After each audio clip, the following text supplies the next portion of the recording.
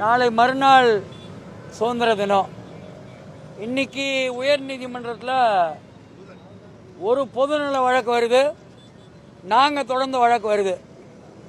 இந்த பின்னணியில் மாண்புமிகு தமிழக முதல்வருக்கு முதல்ல உங்கள் மூலமாக தெரிவிச்சுட்டு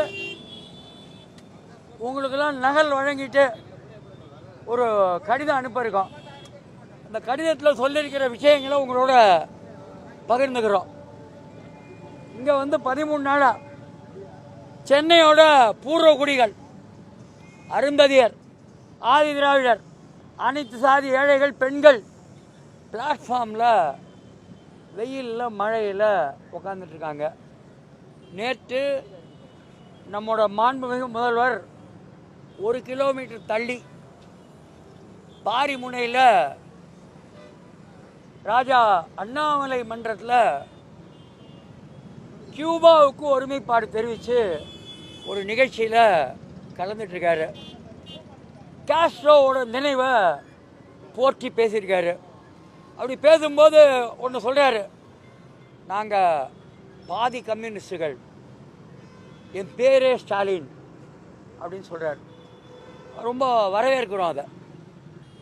அவர் பாதி கம்யூனிஸ்ட்னு சொல்கிறதையும் சரி, பேரே ஸ்டாலின்னு சொல்கிறதையும் வரவேற்கிறோம். ஆனால் அவர் சொன்ன விஷயங்கள் மாநகராட்சிக்கு புரியல. முதலமைச்சர் 2021 ஒன்று சொன்னார். அவர் என்ன சொன்னார்னா, தனியார் மையம் வேணான்னு சொன்னார். தூய்மை பணிகளில் தனியார் மையம் வேணான்னார். முதலமைச்சர் என்ன சொன்னார்னா, என்எல்எம் தொழிலாளி நல்லா வேலை பார்க்குறாங்கன்னு சொன்னார். ஆனால் இன்னைக்கு மாநகராட்சி அவரோட முடிவை மதிக்க மாட்டேன்றாங்க. இது தப்புன்னு சொல்கிறோம். 4 வருஷமாக முதலமைச்சர் தனியார் மையம் வராமல் தடுத்து நிறுத்தினார். கரெக்டு தான். பாதி கம்யூனிஸ்டாரு, பேர்லேயே ஸ்டாலின் இருக்குன்றாரு. 4 வருஷமாக தடுத்து நிறுத்தினார். இப்போ யாரோ என்ன காரணத்தாலேயோ தெரியல, தேர்தல் நெருங்கும் போது ரொம்ப மூர்க்கமாக தனியார் மையத்தை திணிக்கிறதுக்கு பார்க்குறாங்க. அவர் நேற்று பேசும்போது என்ன சொல்கிறாருன்னா, நான் அவதூறுகள் அதையும் சுட்டி காட்டுதல்களையும் வேறுபடுத்தி தெளிவாக புரிஞ்சுப்பேன் அப்படின்னு சொல்கிறார். இப்போ நாங்கள் அவதூறு பேசலை, நாங்கள் சுட்டி காட்டுறோம். அவருக்கு நாங்கள் சுட்டி காட்டுற விஷயம் என்னென்னா, இப்போது ஒப்பந்தக்காரர் யாரும் ராம்கி சமூக சேவை செய்ய மக்கள் தொண்டாட்டம் வரல. 100 கோடியா 1000 கோடி ஆக போகிறாரு. சில 1000 கோடி இருந்ததுன்னா பல 1000 கோடி ஆக போகிறார். அவருக்கும் ஜனங்களோட நன்மைக்கும் எந்த சம்பந்தமும் இல்லை.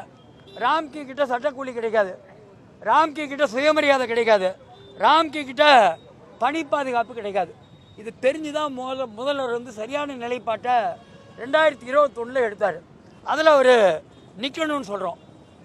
ரொம்ப முக்கியமாக என்னென்னா, ஒரு வாதம் எழுப்புறாங்க. எல்லாத்துலேயும் வந்துருச்சு, 10 மண்டலத்தில் வந்துருச்சு, இங்கே மட்டும் எப்படி வராமல் இருக்கும்? முதலமைச்சர் ஒரு விஷயத்தை கவனிக்கணும்னு சுட்டி காட்டுறோம். வேறு எந்த மண்டலத்திலும் உயர்நீதிமன்றத்தினுடைய வேறு வேறு அமர்வங்கள் தலையிட்ட பிறகு உயர்நீதிமன்றத்தினுடைய அர்ஜி திருப்பி செய்யின்னு சொன்ன பிறகு அவுட் சோர்சிங் நியாயமான்ற கேள்வி விசாரணைக்கு வரல. இங்கே மட்டும்தான் 5வது 6வது மண்டலத்தில் மட்டும் 28/7/2025 அவுட் சோர்சிங் நியாயமான்ற கேள்வி தொழில் தீர்ப்பாயத்தில் இருக்குது. சட்டப்படி அனுமதி வாங்காமல் பண்ணக்கூடாது, சட்டத்தின் ஆட்சிப்படி நீங்கள் இதை செய்யணும் அப்படின்னு வலியுறுத்துகிறோம். கடைசியாக ஒரு விஷயந்தான், கலைஞர் ஒரு விஷயம் சொன்னார், ஓடினான் வாழ்க்கையின் எல்லைக்கே ஓடினான்னு. நம்ம ஒன்று ஞாபகம் வச்சுக்கணும், முதலமைச்சர்கிட்ட நாங்கள் ஒன்று தான் கேட்குறோம். அப்படின்னா மடி நிறைய பணம் இருக்கும், மனம் நிறைய இருள் இருக்கும். அந்த கான்ட்ராக்டர் பக்கம் நிற்க போகிறீங்களா, இல்லை கான்ஸ்டியூஷன் பக்கம் நிற்க போகிறீங்களா அப்படின்றத எல்லாம் பார்க்குறாங்க. தமிழ்நாட்டில் RN ரவி தவிர எல்லாம் எங்கள் பக்கம் நிற்கிறாங்க. RN ரவி நிச்சயமாக நீங்கள் RN ரவிக்கு எதிராக தான் இருப்பீங்க, இருக்கணும், அதுதான் நல்லது. அதனால் முதலமைச்சர் என்ன செய்யணும்னா, இறுதியாக நாங்கள் என்ன சொல்கிறோன்றதுக்கு வந்துடுறோம். ஏற்கனவே மாநகராட்சி 30/9/2025 வரை நாள் கூலி 753, 1200 தொழிலாளர்களுக்கு தருவதற்கு தீர்மானம் போட்டிருக்கிறது, நிதி ஒதுக்கி இருக்கிறது. இங்கே வீதியில் இருக்கிற தொழிலாளர்களுக்கு அது 5வது மண்டல தொழிலாளிக்கும் நீங்கள் அமல்படுத்துங்க. முடிஞ்சது கதை. 31/7 நாங்கள் எங்கே இருந்தோமோ அங்கே கொண்டு போய் உட்காந்து வைக்க. மக்களோட துன்பமும் முடிஞ்சிடும், எங்கள் துயரமும் முடிஞ்சிடும். இதை முதலமைச்சர் செய்யணும் தான் ஊடகவியலாளர்கள் மூலமாக நாங்கள் அதை கேட்டுக்கிறோம். எங்களோட கோரிக்கையை கடிதமாக அனுப்புகிறோம். உங்களுக்கு நாம எங்களோட தோழர்கள் அந்த விஷயத்தை கடிதமாக தருவாங்க. உங்களுடைய ஒத்துழைப்போடு இந்த தொழிலாளர்களுக்கு நியாயம் கிடைக்கும்னு நம்புகிறோம். அதாவது 19,000 ரூபாய் 26 நாள் வேலை செஞ்சால் சம்பளம், 17,000 ரூபாய் சம்பளம், ரெண்டும் ஒன்றுன்னா கணக்குங்க, அவ்வளோதாங்க. அதுக்கு மேலே என்னங்க இருக்குது? அதாவது 753 ரூபா, ஆக்சுவலாக அது 761 ரூபா நாள் கூலி. நீ கொடுக்குறது 596, ரெண்டும் ஒன்றா? அப்புறம் என்ன பணி பாதுகாப்பு? தனியார்கிட்ட என்ன பணி பாதுகாப்புன்னா 12 பேர் கூட்டணும். ஒரு ஆள் 100 பேர் வேலை பார்க்குற விஷயத்த 32 பேர் செய்யணும். இதுதான் பணி பாதுகாப்பா? அயோக்கியத்தனம் அது. எந்த பணி பாதுகாப்பும் கிடையாது. ராம்கி இந்த தொழிலாளிகளாம் நல்லது செய்யறதுக்கு வந்திருக்கானா? ராம்கி மேலே ஏராளமான புகார் இருக்கு. ராம்கியில் சொத்து குவிப்பு ஆளுங்க. அதனால் அவங்க ஒன்றும் பாதுகாப்பும் தரமாட்டாங்க, ஜனங்களுக்கு நல்லதும் செய்ய மாட்டாங்க. கோடி கோடியாக தமிழ்நாட்டு செல்வத்தை ஆந்திராவுக்கு எடுத்துகிட்டு ஓடுவாங்க. இது பணி பாதுகாப்பே இல்லை. அப்புறம் தமிழ்நாட்டில் கிளென்லினஸ் ஒர்க்கர்ஸ் வெல்ஃபேர் போர்டுன்னு ஒன்று இருக்குது. அந்த போர்டில் தர நன்மையெல்லாம் ராம்கி தர நன்மை மாதிரி சொல்கிறாங்க. இது அயோக்கியத்தனம். அது என்னன்னா பஃபர் தொழிலாளி, வெளி தொழிலாளி எடுக்கிறாங்க. இந்த போராட்ட பந்தலில் இருக்கிறவங்க போல